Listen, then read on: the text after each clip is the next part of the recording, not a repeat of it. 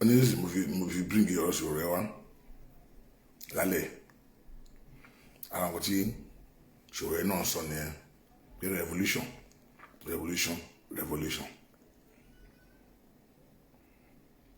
I believe in peaceful revolution in Nigeria because that be ìlú yẹn ló lè solve problem ìlú yẹn nìyẹn.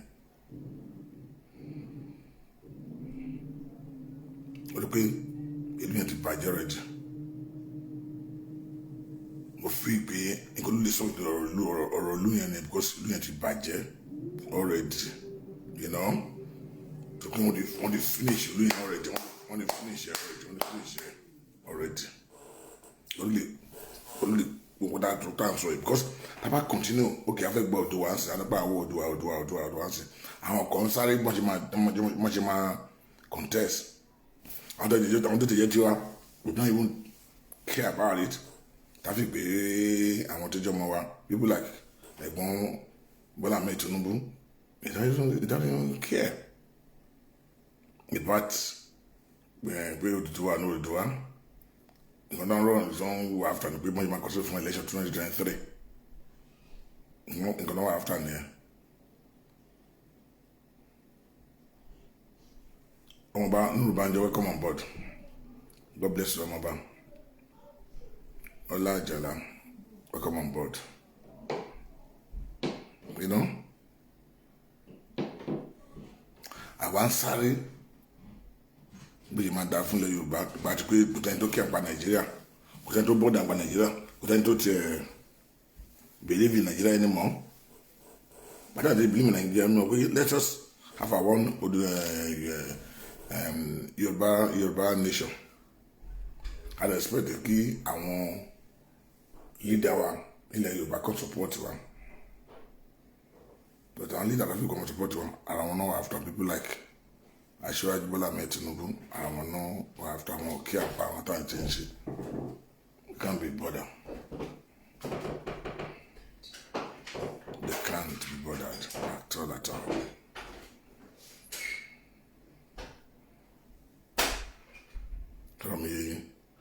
Now, nípa revolution, I still believe in peaceful revolution in Nigeria. That's why pé no matter much they disagree pẹ̀lú ẹ̀ pé fún àwọn sọ̀fáìntì tó ń ṣe, èmi believe revolution yẹn lóòótọ́ ló máa sọ̀rọ̀ Nigeria. Bí a tó bá tí revolution bá wá tẹ́lẹ̀ tó bá tí nǹkan wá bó ti gbogbo ẹ bá dàrú olúkálùkù àlọ́ ń lọ ẹ̀. Kò tó rí pé wọ́n ní ojúbọ̀rọ̀ bọ̀ ọmọ lọ́wọ́ òkúrọ̀. So mo fi pé revolution dance on nípa this evil people in government and we need it. Tí revolution bá dé ẹgbẹ́ mo ti máa sọ̀rọ̀ revolution dípẹ́. I don't care what they feel about it. But mi fi pé revolution gangan ló máa lè kó àpò Nàìjíríà ló máa sọ problem wa Nàìjíríà torí pé tẹ́ bá wo ọ̀rọ̀ Nàìjíríà tẹ́ bá wo lọ wò bọ̀ ẹ rí i pé ní Sudan ìkànnì ṣe ní Sudan yẹn tó fi gbára wọn dà ní Sudan ní Mali ìkànnì ṣe nìyẹn and other country ní a rí i pé à ń ṣe pé peaceful kí ní àkànṣe gbà kan wọ́pọ̀ yẹn ẹ rí i pé before we know it only better once another election more but I think it'll happen. And then we are not even serious about it. More than about the thing of Oòduà. Me, you mean low serious line. Abu Abani. So, me believe revolution. Then we are Ajekani Oòduà Republic one, Abi Yorùbá nation one. Taban revolution. A lè gba Yorùbá nation wa tí olùkàlùkù tí gbogbo wọn dàrú pé kí because ta lé àwọn animal tó wà ń bẹ yìí because àwọn animal ló wà ń bẹ sí tó wà kó ń bẹ then olùkàlùkù ọ̀rọ̀ bókè Yorùbá ẹlọ́ntì middle belt ẹlọ́ntì south àtúmọ̀lẹ̀ yìí fẹ́ bá lọ sí Yorùbá lè fẹ́ bá lọ nàbí south lè fẹ́ bá lọ ẹlọ́ntì north west àbí north east ẹ̀yọ́ ṣe together north center ṣe ń fẹ́ wà níyà. But we need peaceful revolution in Nigeria because we cannot continue. I don't contribution lawyer. nǹkan tí Sowore dẹ̀ ń try àti ṣe náà nìyẹn pé revolution because àti pé àti try ẹ máa wọ́n sì á sọ pé afẹ́ lọ́sìn wọn ò tiẹ̀ nǹkan dáhùn sọ kò wọ̀ wọ́n létí election náà fẹ́ ṣe election náà sáré ẹ̀ kiri yes Sowore ń try níwọ̀n bá tiẹ̀ bí mo tiẹ̀ disagree pẹ̀lú ẹ̀ lórí àwọn some certain issue but nípa the revolution mo support ẹ̀ fún kan yẹn. My sister ran away from California, the pretty lady from California, book you. Welcome on board. God bless you. That's the coordinator of Concern Yoruba in California. Welcome on board, my sister, the pretty lady, Buki. Welcome on board, my darling sister. You know,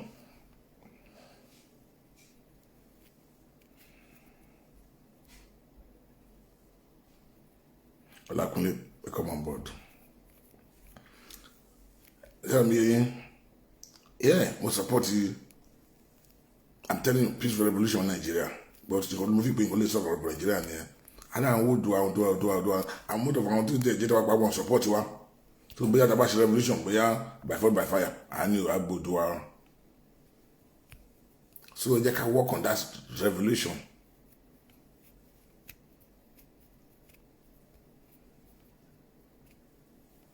Because àwọn èèyàn sáré 2023 làwọn èèyàn sáré àwọn sọ pé kíní àwọn èèyàn sáré 2023 làwọn èèyàn sáré ẹ̀. I think we need serious revolution in Nigeria.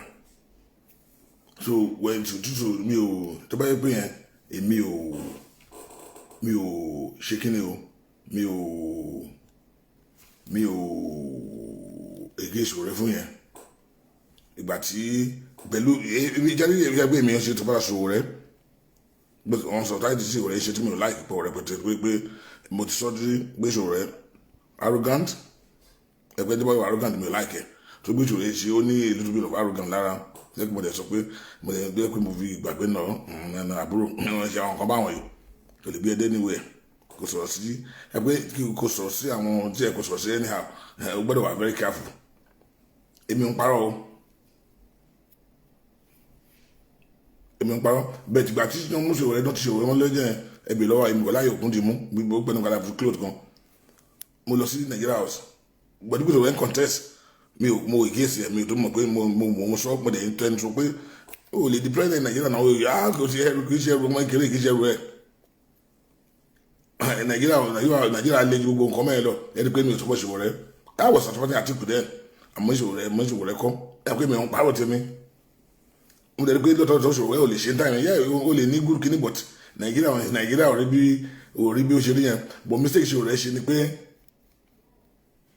if our Sowore kò yẹ kó tẹ́ fẹ́ election ò bá fèsì kan ló ṣe yẹn gan lé ẹ̀kọ́ fèsì làwọn èèyàn ti ẹ pé níbi tí àwọn èèyàn ti ń tẹ̀lé gan ló ṣe ní crowd gan ní táyà yẹn nìyẹn tẹ́lẹ̀ wá elect tẹ́lẹ̀ wá yàn án pé wá lọ́hẹ́ di AFCC ìyẹn á perform rẹpẹtẹ ń bẹ́ẹ̀ wọn àmọ̀ pé Sowore bí ẹ gan fi pé kí adíǹde Sowore AFCC kọ́ bá wọn dùn bẹ́ẹ̀ mọ́ kò ní kówó jẹ́ á dì pẹ̀lú àwọn olè tó ba Nàìjíríà jẹ́ á jẹ́ èdè wọn rẹpẹtẹ lọ pọ̀ pé president Nàìjíríà mo sọ ní táìmù Sowore mọ́ lórí ìwẹ́ àwọn tó tọ́lẹ̀ ní mo lẹ̀ mí nẹ̀ Nàìjíríà president yìí ṣe ẹrù mọ́ kéré àwọn tó ní experience pápá wọn tiẹ̀ tí ì rí ṣe ó ń dàrú mọ́ wọn lórí tọ́kẹ́ bàtí wọ́n tó tiẹ̀ tí níbo Nàìjíríà president mo sọ pé no mo kò tí lè ṣe time yẹn mi ò support ẹ fún but ìgbà tí mi ò tí ì jẹ́ kí àwọn èèyàn pè wọlé o máa àti àwòrán ẹ tó pè yẹn láti Dubai ẹ jọ ṣe ẹ lè kó yín padà I'll call you back mo ti gbé call máa pè gbà ṣẹ́gbọ́n I'll call you back where's my charger? So, okay, okay. Now, mo campaign against the dying, but ìgbà tí mo dúpẹ́ wọ́n arrest fún revolution. Mo wà ní Nigeria embassy. mo fi Nigeria government pẹ̀lú àyàn pẹ̀lú sísìn wà àgbáyé àti ẹtí bẹ̀rẹ̀ Yorùbá kìíní yẹn àwọn ẹni díẹ̀ pé kó filẹ̀ ọmọ yóò ṣe wọn kan ọmọ yìí ṣe nǹkan tó ṣe tó wrong òótọ́ ló sọ mo support ẹ pa I don't have anything against him tí wọn bá nǹkan tó bá ti dáadáa máa sọ mo lọ síbẹ̀ mo lọ síbẹ̀ demonstrate against the Nigeria government gbàdán tiwọn ti mọ́lé pé láíláí mo bẹ̀ sí pariwo throughout mo change gbogbo topic mi ṣòwò ẹ̀ mo ṣe lórí ó yà àwọn èèyàn lẹ́nu pé máa yóò kàn kó ó ìkéṣì ẹ̀gbà tó kẹsẹ̀ mo ní yes but tí wọ́n pẹ́ nǹkan tó ṣe lọ́wọ́lọ́wọ́ kò sí nǹkan tó ṣe wrong nǹkan tó ṣe òótọ́ sọ̀rọ̀ Nàìjíríà ń bàjẹ́ lọ ẹ̀dẹ̀ fẹ́ ká continue ṣé yóò parọ́ ni we need revolution bọ́bọ́ yóò parọ́ kílẹ̀ ṣe a ní revolution Nàìjíríà lọ́dọọdọ́ pé ìlú ti ń bàjẹ́ ẹ̀ wá dákẹ́ wá sọ pé ká continue ìlú gbọ́dọ̀ máa continue báyìí sí òṣòro is right láti pé a ní revolution Nàìjíríà but mistake ṣe rẹ ṣe ó pẹ̀lú ìwọ̀n ìwẹ́gbẹ́ ohun tó wọ́n máa discuss lálẹ́ àwọn mistake ẹ̀ ni pé kò yẹ kó jáde for election kò tí yẹ wọ́n lè fẹ́ jáde for election maybe sometime money either you go for local government chairman or state or Ondo State House of Assembly or councillor tó bá di pé o tẹ bá fẹ́ fàgbọ́n lè lọ sí tó bá possible tẹ̀lé tó bá elect ẹ bí o lọ sí House of Rep but I will advise him then pé mo advise him pé kó lọ local government chairman kókó perform no tó bá perform local government chairman from there we wá lè lọ sí Ondo State House of Assembly from Ondo State House of Assembly maybe we lè sọ kó fẹ́ lọ sí federal house l'Abuja from there wá di build àwọn kini ẹ wá di láwọn colleague ẹ pé ẹni wọ́n ti ṣe tó ṣe but bá perform as the chairman local government ń ṣe iṣẹ́ owó ẹ ló máa tà ẹ́ jáde iṣẹ́ owó ẹ ló máa tà ẹ́ jáde tó pé mo sọ̀rọ̀ lórí torí mo sọ̀rọ̀ bí ẹ̀sìn dáàtọ̀ sọ́mi pé mo lè pé tó mo ẹ̀rí tó máa sọ pé máa tó pé mo ti sọ mo ti ní crowd ní sì máa lọ jáde mo fẹ́ kọ́sẹ́fù gọ́ọ̀nù mo fẹ́ tẹ́ nìyẹn ẹ̀tẹ́ ló ń jẹ́ bẹ́ẹ̀ èèyàn kan ò ní vote fún mi ṣé mo lè ṣe ni ṣé mo ní experience ẹ ni crowd àwọn mo ní ṣé mo ní grassroots kìnnìkìnnì ni mi ò ibi tó pé mo sọ̀rọ̀ tí gbogbo ní ẹ̀mọ ìfọ́lọ́ àti mo ní ni tó ń fọ́lẹ̀ mi tí mo fẹ́ tẹ́ ní tí mo gbé àpò mo jáde gbà mo fẹ́ lọ sí senator ẹ̀tẹ́ ló ń jẹ́ bẹ́ẹ̀ mi ò gbọ́dọ̀ mọ level mi kí n mọ̀ pé mi ò bá fẹ́ tẹ́ra mi pé mo ti ní popular àwọn èèyàn tí ń tẹ̀lé mi máa lọ pé yes no mo mọ ara mi mo fẹ́ kọ́tẹ́ fún mi kan sọ bí àmọ́ ìbẹ̀rẹ̀ láti local government chairman yes ma perform náà dàpọ̀ yà david amẹ́kẹ́ mo ní try and content mo sọ bí àmọ́ ìbẹ̀rẹ̀ local government chairman tí ma perform wọ́n máa fẹ́ perform dáadáa káwọn ilé kan yẹ let me from there mo sọ pé mo fẹ́ lọ fún Ondo State House Assembly or kí n lọ fún House of Rep tí mo máa fẹ́ perform condition tí mo ṣe local government chairman tó wí ibẹ̀ náà mo máa ní ìdí wọn àwọn náà ló máa vote fún mi máa fún Ondo State House Assembly or House of Rep máa di build gbogbo àwọn kìnnì mi from there wọ́n lọ́jọ́ wájú mọ̀tò kọ́fẹ́ ti governor or senator from that time máa ti build àwọn èèyàn díẹ̀ máa build ara mi díẹ̀ máa dẹ̀ tí wàá rówó pàápàá gbogbo àwọn tí máa fún contract ọjọ́ máa fẹ́ contest for election tí mo ti fún contract mo ti ṣe ìgbà wọn bí ọ̀dọ̀dá àwọn náà lè máa lè mí à lè print bẹ́ẹ̀ kìnnì fún mi bẹ́ẹ̀ help mi bẹ́ẹ̀ àwọn ènìyàn lè wá volunteer pé wọ́n fẹ́ di àwọn àṣe kìnnì mi ní ward kọ̀ọ̀kan or fully input kankan you know èmi àsanwó àwọn tó máa wà ní fully input kankan fún mi àbíṣẹ́mọ̀ bókí nǹkan dín gbàrà pé wọ́n president Nàìjíríà máa pé Nàìjíríà máa ṣe Ghana bó sometimes mo gé sẹ́ńtà ìrìn lò gbàgbà tí wọ́n mú láíláí gbàgbọ́ yìí ìgbàgbọ́ gbàgbọ́ yìí ṣe tó wrong ìgbàgbọ́ gbàgbọ́ yìí so right Nigeria is not working gbàgbọ́ yìí dẹ̀ sọ tọrọ tí ká kọ́ńtínú báyìí ni we need revolution in Nigeria.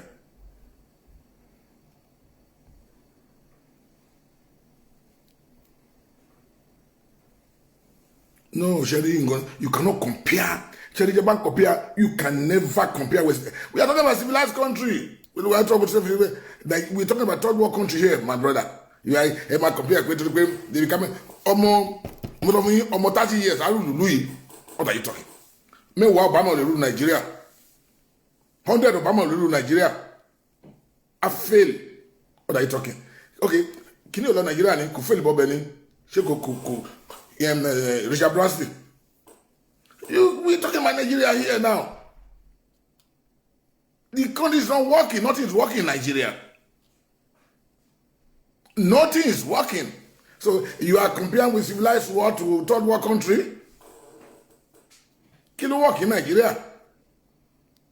Mo lè fẹ́ bẹ̀rẹ̀. Transformer mi. Ládùúgbò mi bóyá tó wà mí more than 30 or 40 or 50 years tó wà mí tó mọ̀ jẹ́ tí mo fọ́ ọkàn rí. Àwọn tí a ní central database you are comparing Western world to kini. We are not talking about age. Ọmọ 30 years arúgbó ìlú yìí.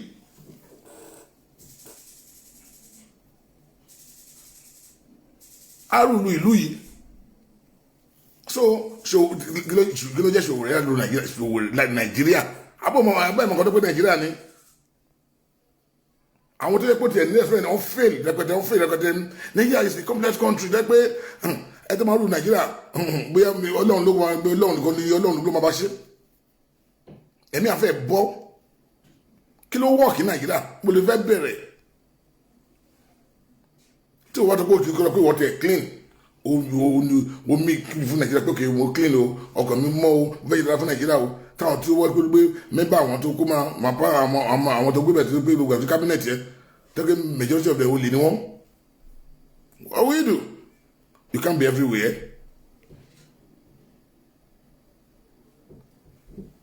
Ọmọba welcome on board, Princess Ọmọba welcome on board. Shola Ogushola welcome on board, my party right away from Nigeria, the celebrity photographer welcome on board.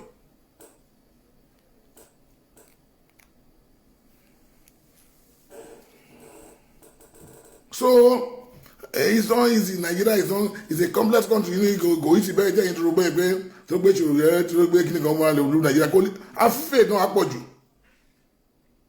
Bó ti ro kan lórí ètò lọ́jọ́ mo ní iṣẹ́ ìgbésí rẹ̀ kó ṣe time ko yẹ ko build àwọn boys kan ko take over gbogbo state yẹn no. House of Assembly ko take over be yẹn. From there ko take over be House of Senate or House of Rep. Then o ma yi to pe de wa te pe go te bi o te mo nǹkan tó bá lè di presidency agba àwọn advisor àwọn ya te be ko lè máa ro dáadáa lórí pé tó bá de pé on te tó pé on clean tó ń dá on fẹ́ ro Nigeria on ní good plan fún Nigeria mo tó wà ní senate wa ní retire amroba lókun ward of senate wa bá fẹ́ rule we are talking about our former military governor te ko jẹ our former governor te pé dia pé wọn àwọn iko lo mo ko lè ní wọn àwọn 419 tó ti pé they are 419 before kó lọ kó tẹ́lẹ̀ don kó lọ fẹ́ election tó pé they are 419 ni wọ́n tẹ́kó tó wọ́n lọ senator lé ní ẹ̀rí máa kọ́ ló wà ní out of senate ní táwọn kan ní one retired AIG tó sọ pé gbàtó ń rí àwọn tó ń jọ wà ní senate ó lóun lè máa dárúkọ one by one báyìí wọ́n kó dákẹ́ kíá dépò ti ààrẹ sí rí tẹ́pọ̀ ti wà ní àtìmọ́lé òun rí tẹ́pọ̀ ti wà ní house of senate àwọn yẹn ló fi pé òṣèré á di president alukó wa máa rúlù Nàìjíríà rúlù lé wọn lórí tó ní good plan nìkan wọ́n fọ́sẹ̀ life well mo lè kẹ́fẹ́ gbé wá tó fẹ́ dá lóhùn you may have a good plan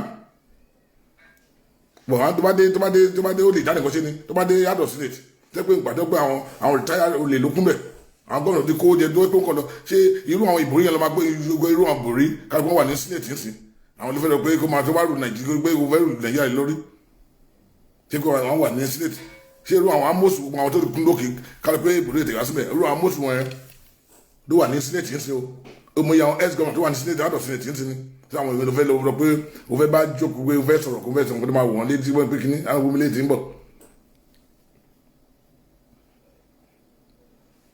mo yẹ àwọn general tó wà ní out of senate ní ẹgbẹ́ wọn ti gún di ba Nàìjíríà jẹ́ so tí wọ́n rẹ̀ pọ̀ tẹ̀ ní good plan wọn kò lè ṣe wọn kò lè work so the best thing pé kókó bẹ̀ láti bẹ̀rẹ̀ náà but lo jọkàn fẹ́ dìbò dé if our him go tẹ̀ ní kọ́tẹ́ election kó fèsì human rights kí n tó ṣe é jẹ́ àwọn mistake tó ṣe nìyẹn ìkejì ni pé ìṣòro ẹ lóhùn kì í ṣe Yorùbá yẹn mú gbé wá lálẹ́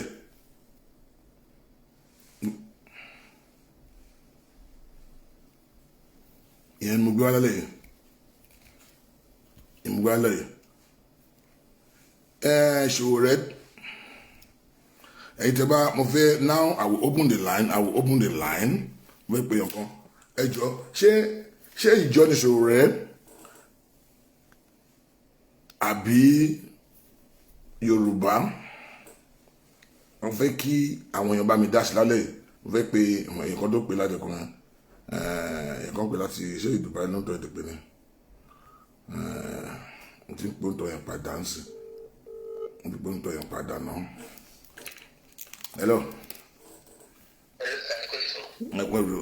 Kí ló kọ́ yìí o? Ẹ sọ sókè ẹjọ́ má bínú. Ìfẹ́dayọ̀ ló ń sọ̀rọ̀ ẹ̀kú ètò. Ẹ̀kú ètò láti bó sà. Láti Dubai. Ok, lẹ́kọ̀ọ́ mo kọ Dubai sínú ìmọ̀ fẹ́ ẹ káàbọ̀. Ẹ̀kú ètò. Mo tẹ̀lé bá yín dá ṣètò yín náà. Olúwakẹ́yìn ẹ bá a dáhùn sí.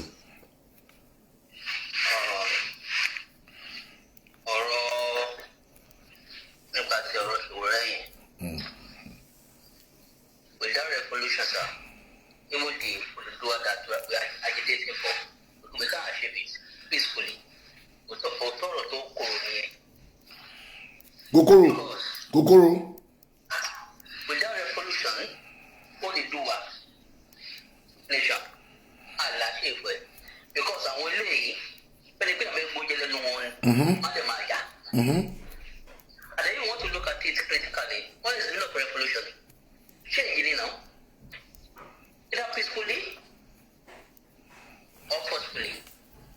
And then based on the Nigerian issue, peaceful revolution is later.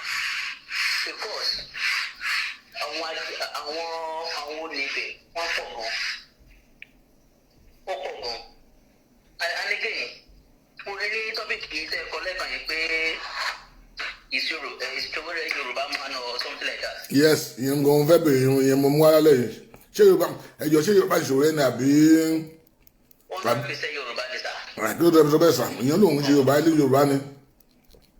Ok, ìgbà wo lẹ́ bèrè lọ́wọ́ ẹ̀ pé ṣé Yorùbá ni or kì í ṣe Yorùbá? Gbogbo interview tó ń gàn kiri, gbogbo àwọn interview tó ń grant kiri, ó wá lórí lẹ́tẹ̀ gbogbo tó sọ kiri.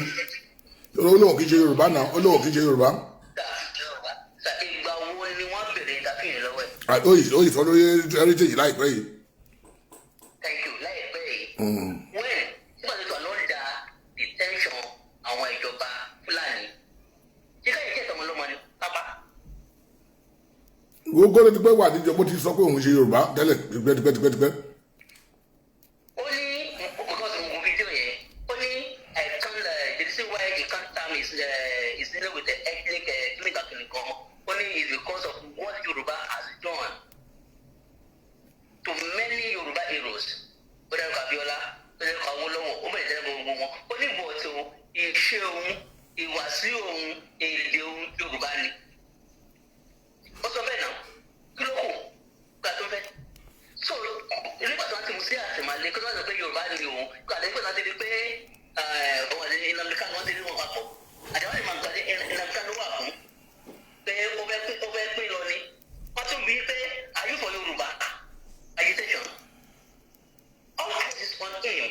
Ó bá declare pé àwọn Yorùbá, àwọn for Yorùbá agitation, wọ́n máa pa òwò ní street. Ṣé o lè ní kò jalè? Kò pààyàn.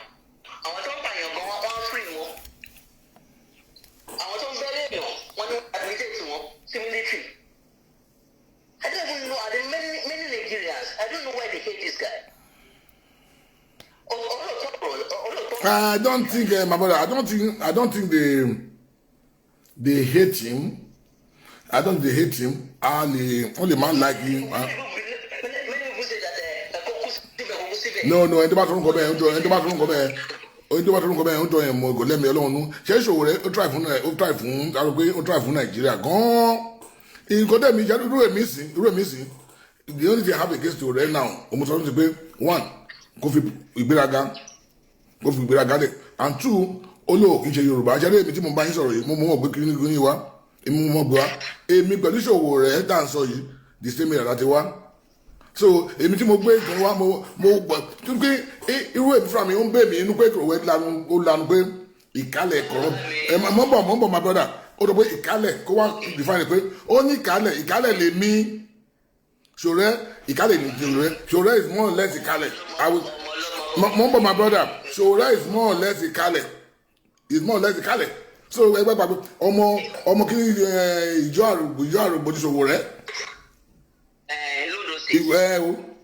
So ìjọ àrògbò ní so ẹjẹ́ sọ fún yín Ṣòwòrẹ́ Yorùbá ní Ṣòwòrẹ́ ó kàn nọ́ọ̀tì àti máa sọkúsọ lẹ́nu pé òun ò ṣe Yorùbá. In same language ìgbẹ̀lú Ṣòwòrẹ́ èdè kan lájọ ń sọ ìgbẹ̀lú Ṣòwòrẹ́ tí ìkálẹ̀ ní àwọn ìlú ẹ̀bẹ̀ lọ́wọ́ ẹ̀ ìlú Ṣòwòrẹ́ ìlú kan lájọ ń sọ ó nọ́ọ̀tì láti máa sọ pé òun ò kí ọmọ ìgbòmí sàbọ̀mọ̀ ní Ṣòwòrẹ́ tó rọ pé òun ìṣe pé òun kì í ṣe Yorùbá ó dọ̀ pé ìkálẹ̀ corrupt language òun is very annoying.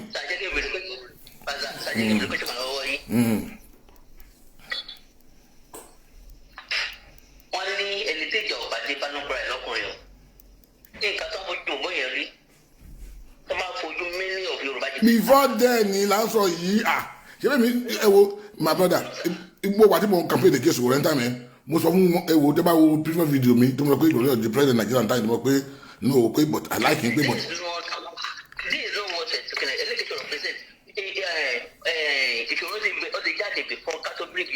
òun náà ń fẹ́ sọ yìí ẹ máa gbọ́ òun náà ń fẹ́ sọ fún yìí òun fẹ́ sọ fún yìí pé òun náà ń fẹ́ sọ fún yìí pé ìgbà tí Ṣòwòrẹ́ tó kó jáde lákọ̀ọ́kọ́ Ṣòwòrẹ́ mo ní àwọn tí ò mọ Ṣòwòrẹ́ àwọn mélòó yóò làwọn ẹ̀ṣẹ̀ mọ Ṣòwòrẹ́ gbàjọ́rẹ́ ti wà ní ìlànà ìlú ti mọ́ ìgbà tó ń yìí jẹ́ tẹ̀ ó ti ń jà fún human rights ti pẹ́tipẹ́tipẹ́ mo bọ́ bá yín jà fún Nàìjíríà ti pẹ́tipẹ́tipẹ́ yìí kọ́ là ń sọ ọkọ yìí o nǹkan là ń sọ sí o nǹkan náà sọ dá ilé lèmi condemn o lèmi sọ fún yín sí Ṣòwòrẹ́ there is a time ẹ bè lọ́wọ́ ẹ̀ tẹ̀ tó àwọn court boys ní ìlànà wọ́n yìí jẹ́ ti Ṣòwòrẹ́ tó yìí jẹ́ tó ń gbá sí ìdí àràbà tó ń bá àwọn court boys jà ó ti ń jà fún kíní tipẹ́tipẹ́ àwọn court boy tó jà fún àwọn court boy tó bá wọn jà gbogbo everything time yẹn ní UNILAG gbàyìn president yìí lọ UNILAG gbàwọn làwọn yẹn ṣe mọ Ṣòwòrẹ́ ìgbàwọn làwọn yẹn mọ Ṣòwòrẹ́ èmi Ṣòwòrẹ́ àti mọ Ṣòwòrẹ́ tipẹ́tipẹ́ Ṣòwòrẹ́ ti wà gbàdúrà wà UNILAG so mo ṣẹ́ tí ó ṣiṣẹ́ but ọ̀rọ̀ tó sọ làwọn ń condemn lé ló pé àwọn mistake bíi tí mistake Ṣòwòrẹ́ ti wá nìyẹn.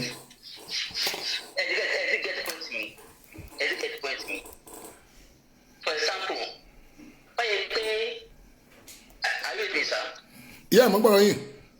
Okay, for example, Black is under attention any government or anybody. Someone be pay, are you a Yoruba or Kenya?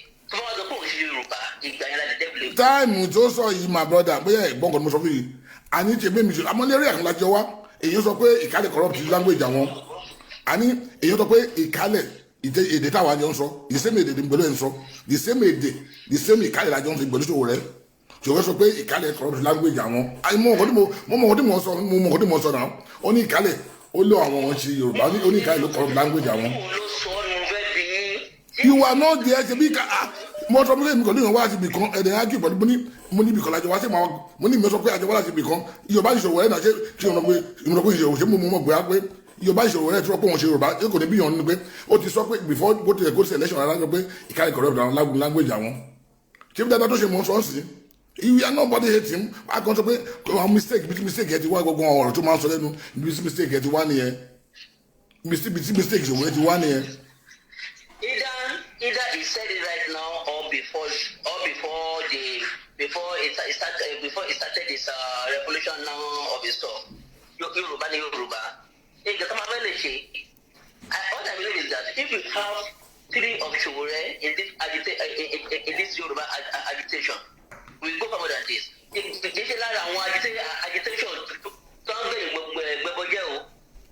we see three or Ṣòwòrẹ́ who can stand with Yoruba what they believe, come and face federal government, be it already in face what they believe because they don't believe it. So you face why I think you know.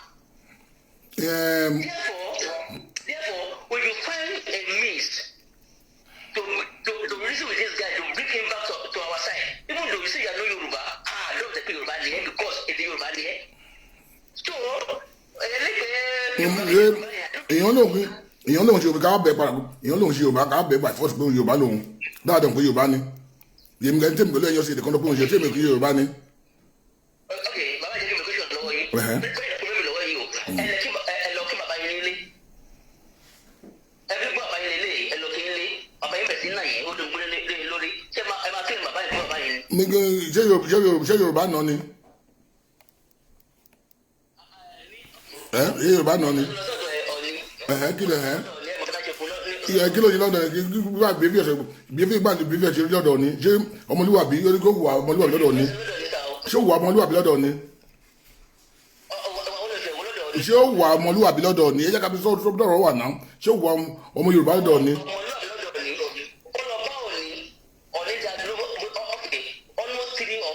Yes, Johnny Badado, no mean we are talking about Oni of Ife, Oni of Yoruba land. We talk about that.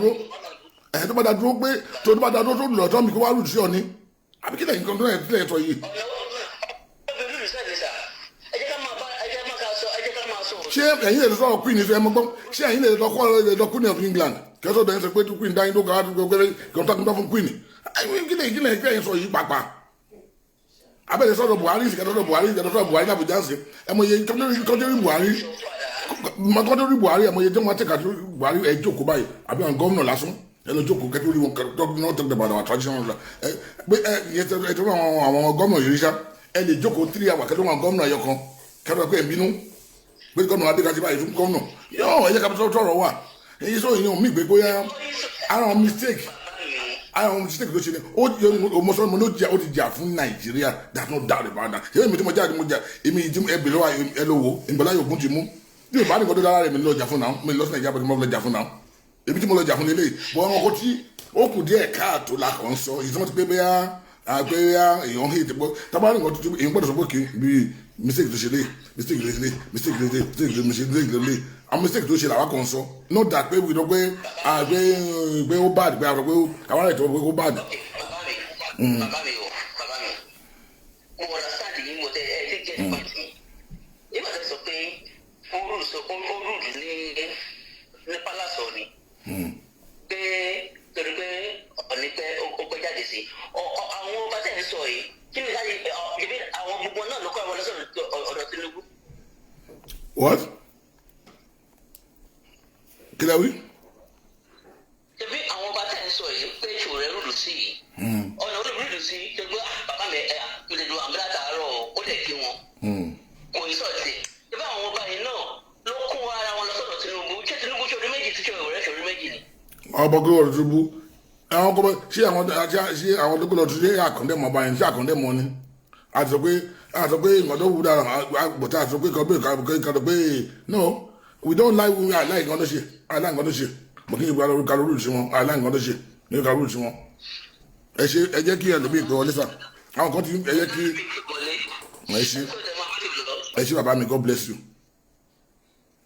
ìsí wọ́n ti pé a gbọ́dọ̀ máa rí ìṣẹ́ ìjọba jẹ́ wọn bá ṣe mistake a gbọ́dọ̀ gbà kó ṣe mistake a gbọ́dọ̀ pé kínní yébi dáadáa tó ṣe lè bí sọ́ọ̀tì dáadáa tó ṣe bí èmi bá dáadáa nínú ẹ̀ mo sọ mi ní mo tó ṣe mo support revolution tó ṣe pam 24/7 mo yàn 100% àmì mo support ẹ̀ pam mo support ẹ̀ pam mo ṣe bẹ́ẹ̀ tí mo support ẹ̀ àwọn gọ́dẹ̀ ẹ̀ mo wí sẹ́ni mo lọ pé mo gọ́dẹ̀ kìíní mo support ẹ̀ pam mo àwọn mistake tó ṣe làwọn sọ ìtọ́ pé bẹ́ẹ̀ àtọ́ pé kò ṣe pé kìíní ẹ̀ rí pé bẹ́ẹ̀ hello. Hello, Mr. Hamilton. Welcome, boss. Lórúkọ ẹjọ́ lórúkọ yín bẹ̀rẹ̀ sí ń pè. Ẹ kálẹ̀. Bẹ̀rẹ̀ sí ń pè kí lórúkọ yín. Láàrin lórúkọ mi láti Dublin. God bless you, sir. Welcome, brother. Ẹ kálẹ̀. Mo really like topic tẹ gbé jáde lálẹ́. Èyí kà. Actually, ìgbà tí Sowore made pronouncement yẹn mo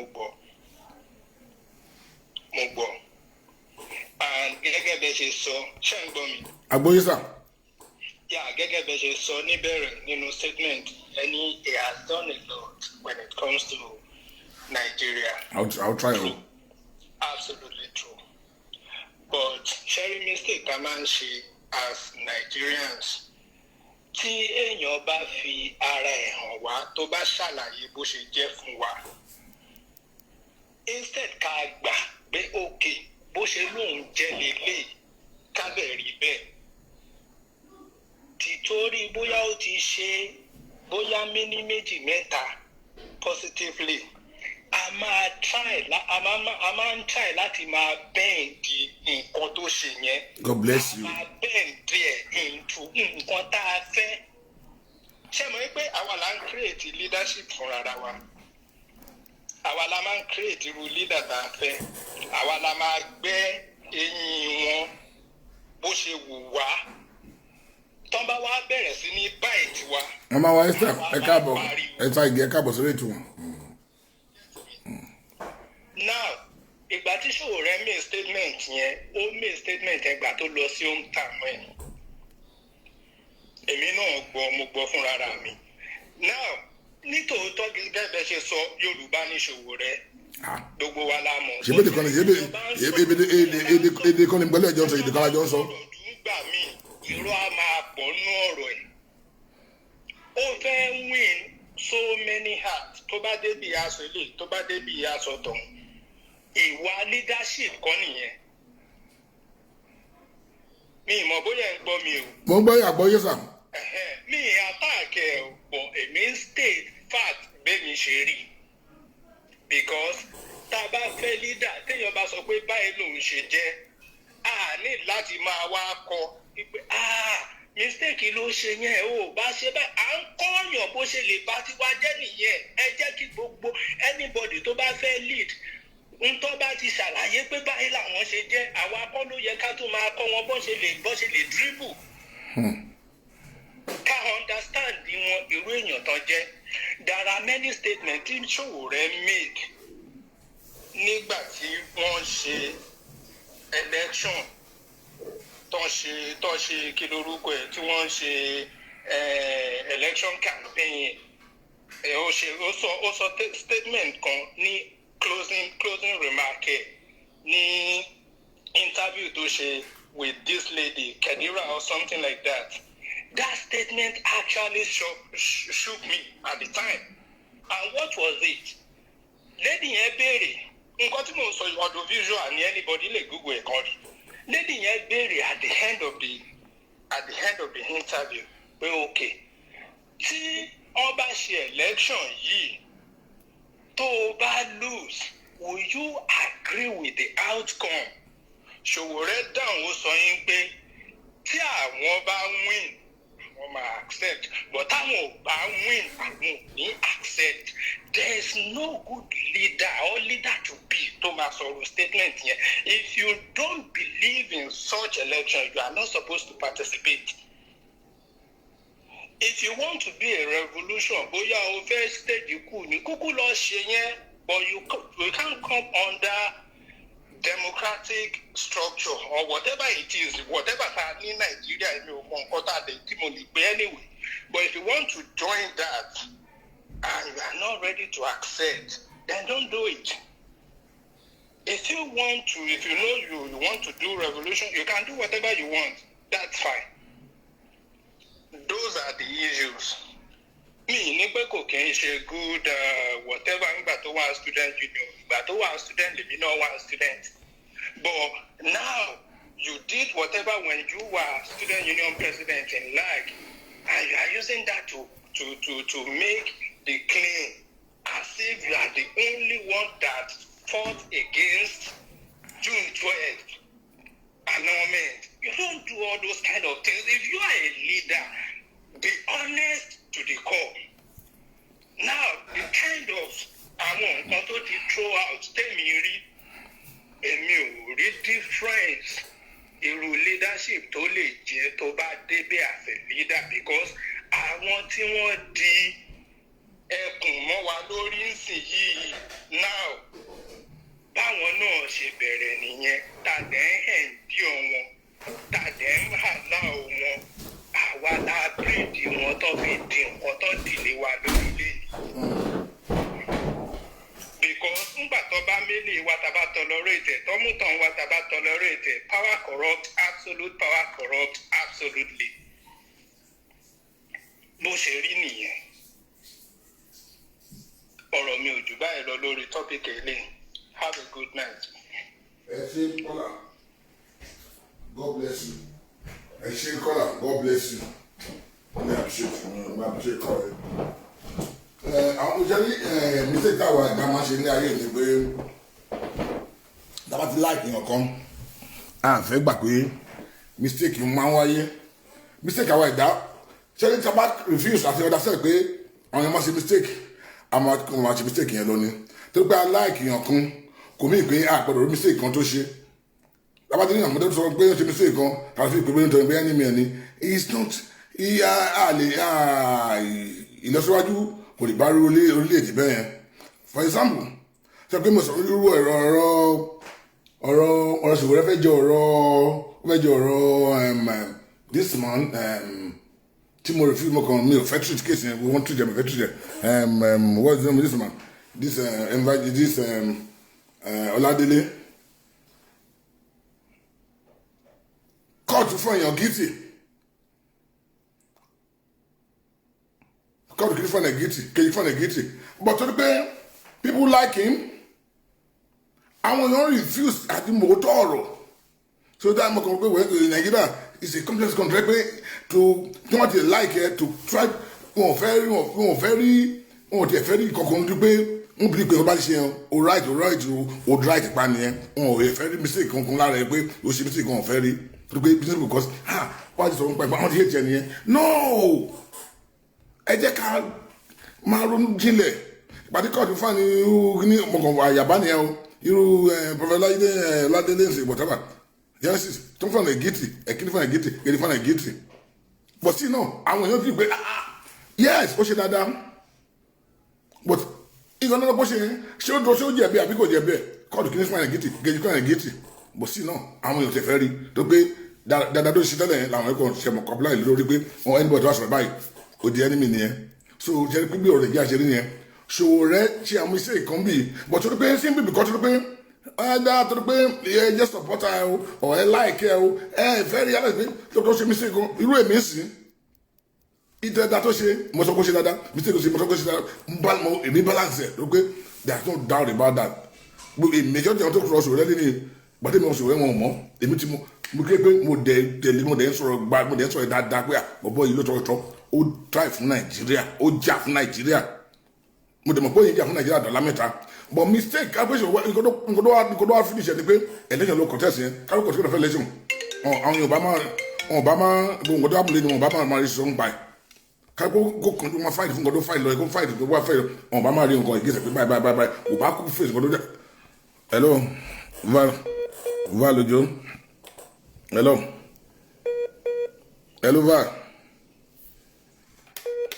hello Val Ojo.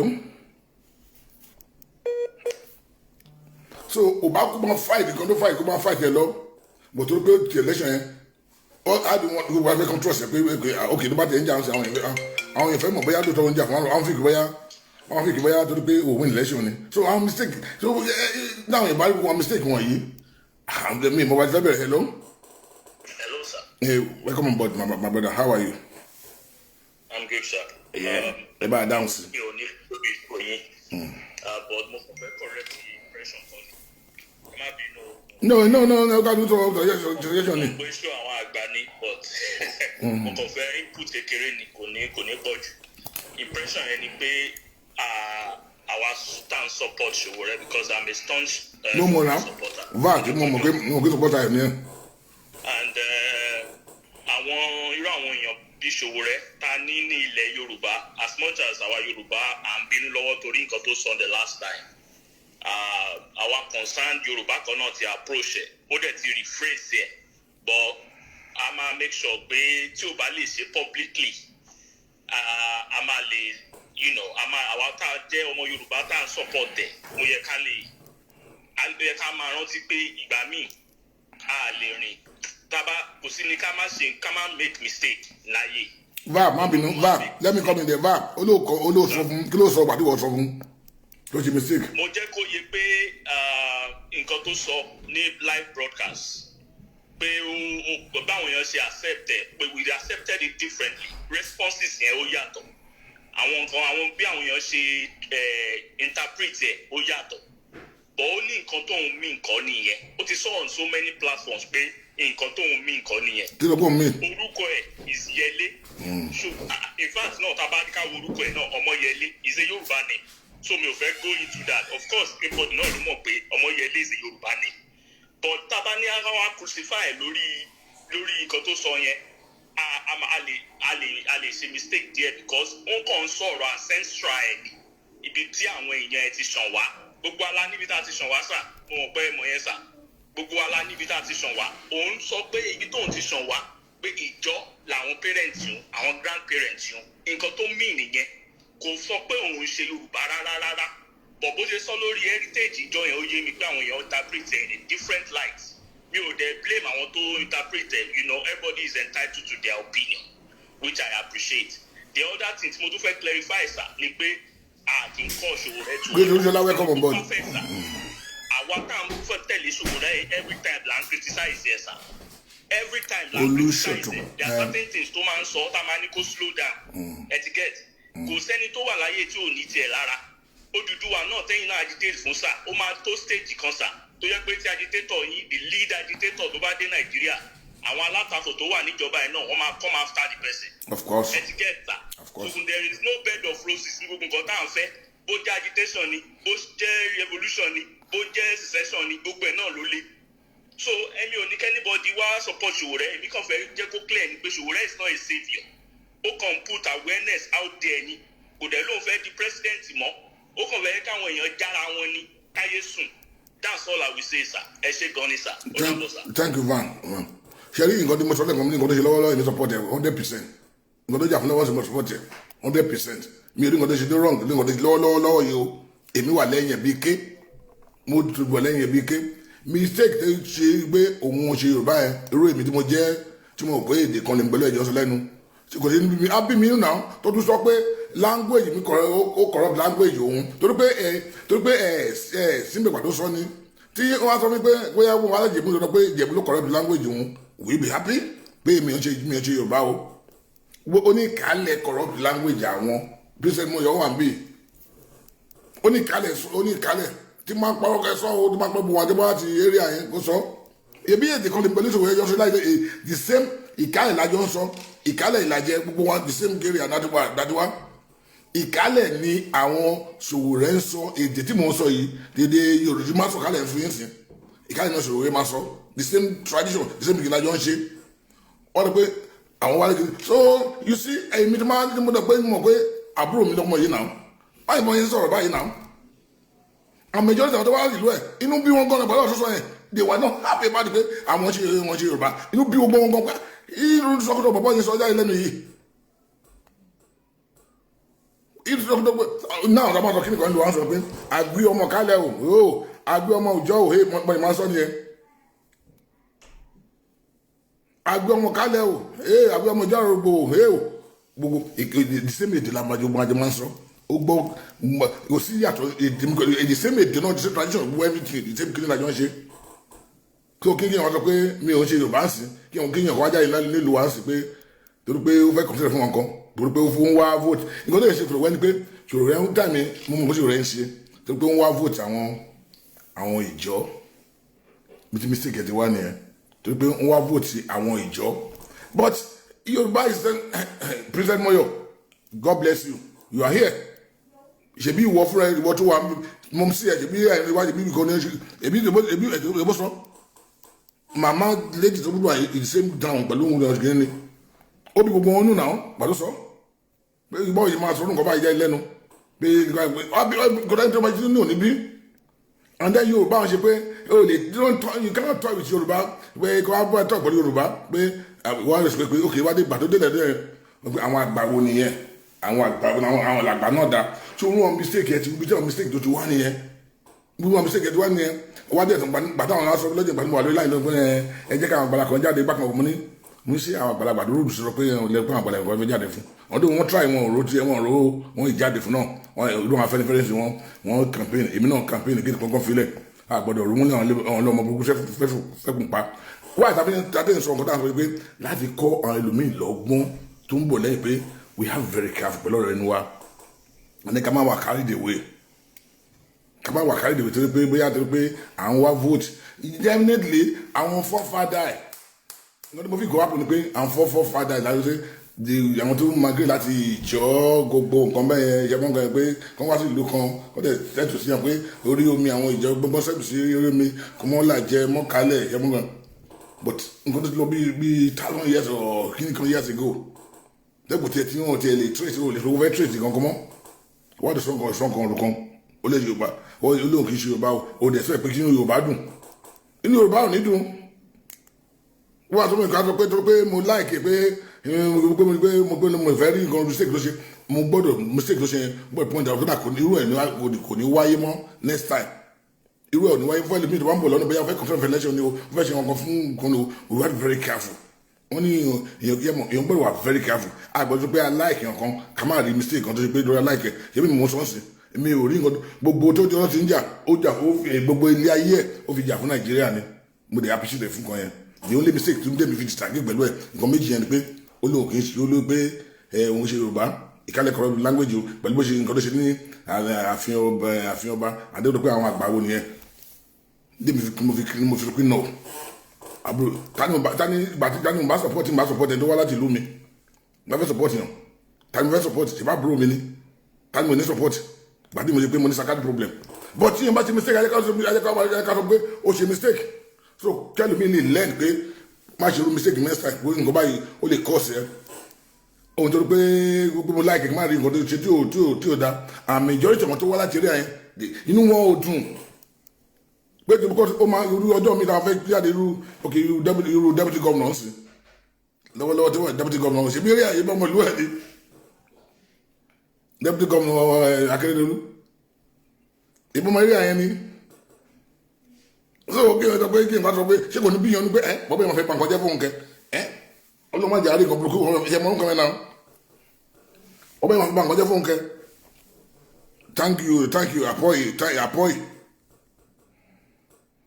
apoi òní princess sọ yẹn so gbọ́n tó wá láti Ìgbòbíní Sábọ̀mẹ̀ gbogbo yẹn di ìkálẹ̀ language náà sọ ìdí kan lájọ ń sọ ìkálẹ̀ lèmi ìkálẹ̀ lòun náà so mi ò ní rí sí máa wá ta àbúrò mi máa ta síta pé igbákejì mi ṣe ká bọ̀ tó bá sọ pé ọmọ bíbí ní pé àkílò ṣe máa yí farabalẹ̀ nítorí pé èlò ní vote ìjọ tó fẹ́ gbà ìkẹ́tọ̀ wá tó rẹ̀ dínà gbogbo ilẹ̀ Yorùbá ìdúdórí tiny vote ìjọ tó fẹ́ gbà wá tó rẹ̀ dínà gbogbo àwọn kìíní yes àwọn bàbá ìtìlẹ̀ wá láti ibi tó lọ́dún olú tó jẹ́ pé wọn ò tiẹ̀ mọ̀ lé mọ́ kò yẹ kó tẹ̀ wọ́n ti mú nǹkan míì mọ́dọ̀ mo fi gbé ọmọ ìkẹyẹ ló ṣe I'm sure pé kò ní ṣe rú ẹ̀ mọ́ láyé wọn náà ti learn from it I'm sure pé kò ní ẹ̀ bá ṣe rú ẹ̀ mọ́ but pé ká máa defend ẹ̀ pé ìgbà kan ẹ̀ pé ẹ má yẹ ká defend kó tó ṣe defend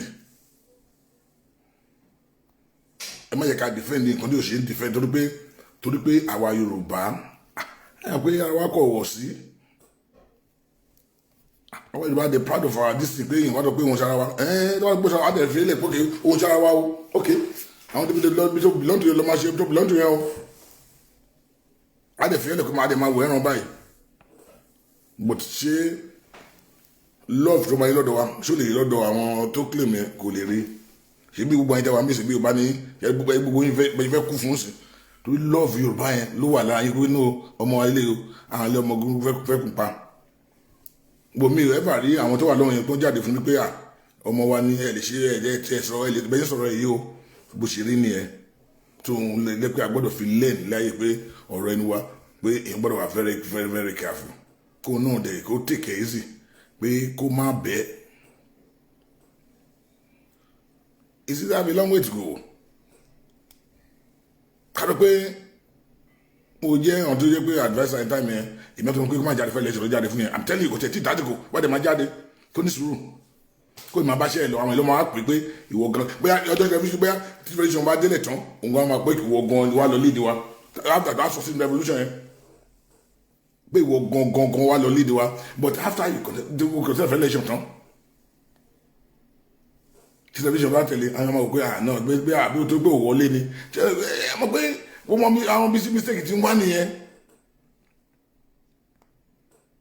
tẹ́ pé èmi jẹ́ èèyàn tó mú súnmọ́ gbogbo táìmù yẹn máa pé wá àbúrò má jáde fún election láéláé má jáde láéláé jẹ́ pé àwọn èèyàn wọn ló máa pè é pé kó wá rù làwọn àwọn ìbọn ló máa pè é tó máa ríṣẹ́ tó ń ṣe àwọn ló máa pè é pé kó máa bọ̀ ìwọ gan la fẹ́ bí ajé television bá dé Nàìjíríà tí nǹkan wá bù táwọn tẹ̀lé pé yes bẹ̀bọ̀ yìí àfikún olóòótọ́ yẹn tó lè ṣe mọ́ ọ́n ní bóyá àdègbè lọ pé wà jọ wá bóyá ń kẹ́rù kìíní wá lìdí wa ẹ̀kọ́ nǹkan ló ṣe lead revolution yẹn àmì òṣèlú àwọn abẹ kó jọ kó wá wá lead wa ìwọ la fẹ́ kó di pé a ṣe another election bí ọdún méjì ọdún mẹ́ta ló bá fi wà nílẹ̀ fún ìdáwọ́ fẹ́ consider election time after that you can consider election. You know? Yeah, Bukky. Gọ́sọ́ ọmọ Yorùbá tí òbí nù kọ́ ló sọ̀rọ̀ báyìí. Ó gbọ́ ọmọ Yorùbá ní ìṣẹ́bí tí mo wá sí ìlú ẹ̀ ni mo ń sọ̀rọ̀ yìí. Ìgbà tí mo ń ṣe ọmọ ilé Yorùbá, èèyàn deny mi ó fi ìgbé mi, màá ó deny mi, ó deny kí ni mo rẹ́ bí kí n máa bẹ̀ mí náà. Ó bá deny mi náà máa deny ẹni. What are you talking? Mo fẹ́ supporter ẹ̀ ní but mo fẹ́ kó rí pé ikọ̀ mi mistake tí mi wá ti wáyé. Bí ìwà àbújẹ́ mi náà bá wà bẹ̀ máa ṣe jù bẹ́ẹ̀ lọ. Tó bá deny mi, èmi náà máa deny ẹ̀ náà. Why do you deny me? O de fẹ́ kí n wá embrace? Kò possible, kò jọ. So bí ìyá pé èmi máa sọ tọrọ tèmi. Bó ṣe rí nìyẹn, I'm telling you, a sọ ọkùnrin nítorí pé ká lè máa learn from each other.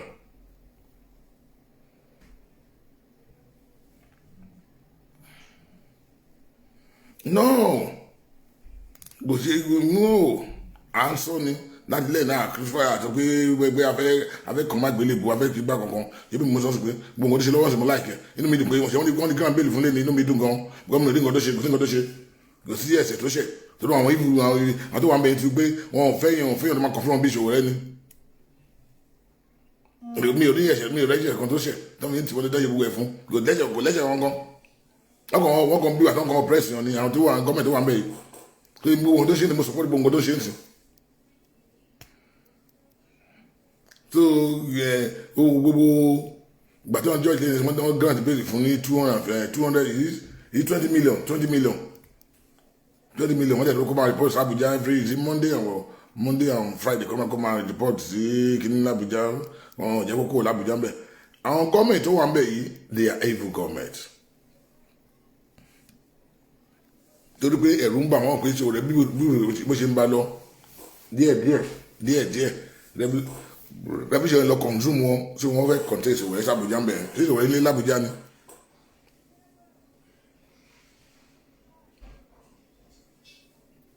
Wọ́n fẹ́ contest s'Abuja ń bẹ̀ you know kí ni regret fún kí ni ẹ̀kẹ́ fún kí ni. You don't understand what people doesn't understand. You're right, he's not going to be the first person, he's going to be the last person. Oh, try best here. You then do everybody appreciate here. Everybody appreciate here. Fellas here, most of them want be Professor Agojobi, the mathematician. The man nearly has mental problem in Nigeria. Ọkùnrin 1984 the unilag lecturer and time Awojobi so àwọn àmọye àwọn tó jà fún Nàìjíríà yìí so you're gonna be the first person and he's not gonna be the last person àwọn yìí wọn máa jáde náà ni but we need people like them bá àkọlẹ̀ jákè kakọrí síbi kan náà ìsọ pé ìyẹn kọ́ máa rẹ̀ kẹ́ẹ̀dì kan kò sí ìyẹn fẹ́ rí ní kankan bẹ́ẹ̀ Fẹlá ṣe tiẹ̀ bẹ́ẹ̀ kọ́ ṣe tiẹ̀ gbogbo wọn ṣe pé wọ́n bẹ́ẹ̀ Fálànà ẹni yóò dáa náà ti Fálànà mọ́lé náà ẹni ọjọ́ mẹ́ta náà ti mọ́lé ẹmọ iye ẹ̀wọ̀n sí Fálànà ti ṣe ni ẹmọ iye ẹ̀wọ̀n sí Fálànà ti ṣe ni.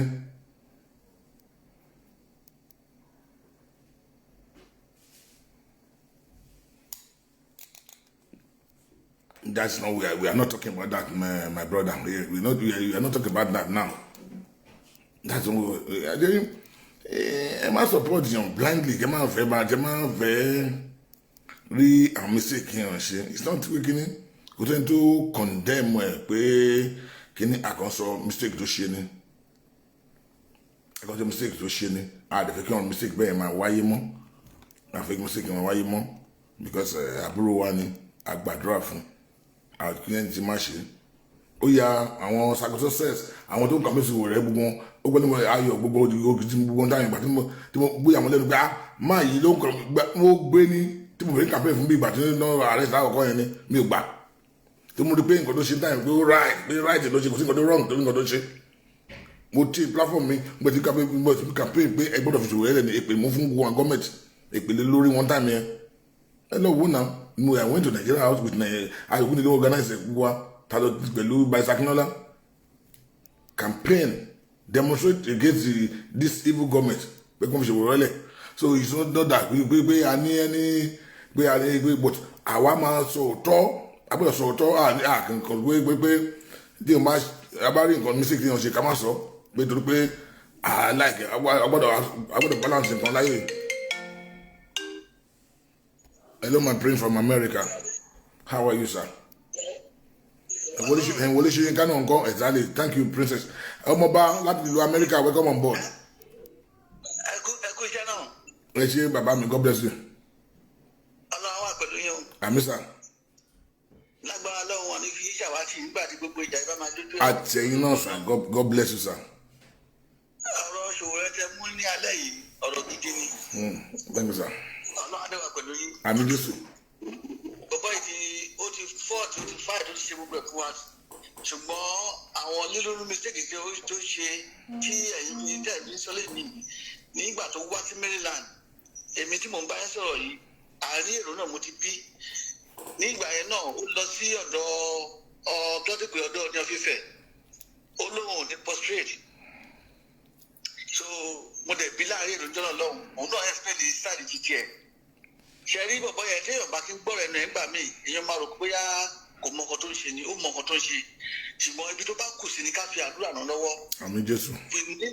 we need people like him. I need ẹ ṣùgbọ́n ibi tó kù sí yẹn ni kọ́lọ́run Olódùmarè kó bá àrùn lọ́wọ́ kó má jẹ́ kán lè pa torí ìgbà tó gbọ́ wọn tú ààrẹ. àmín Jésù àmín Jésù àmín Jésù. ṣé wọn tẹsí kan burúkú lọmọkùnrin yìí tí wọn tún lọ ààrẹ sílẹ̀ yìí.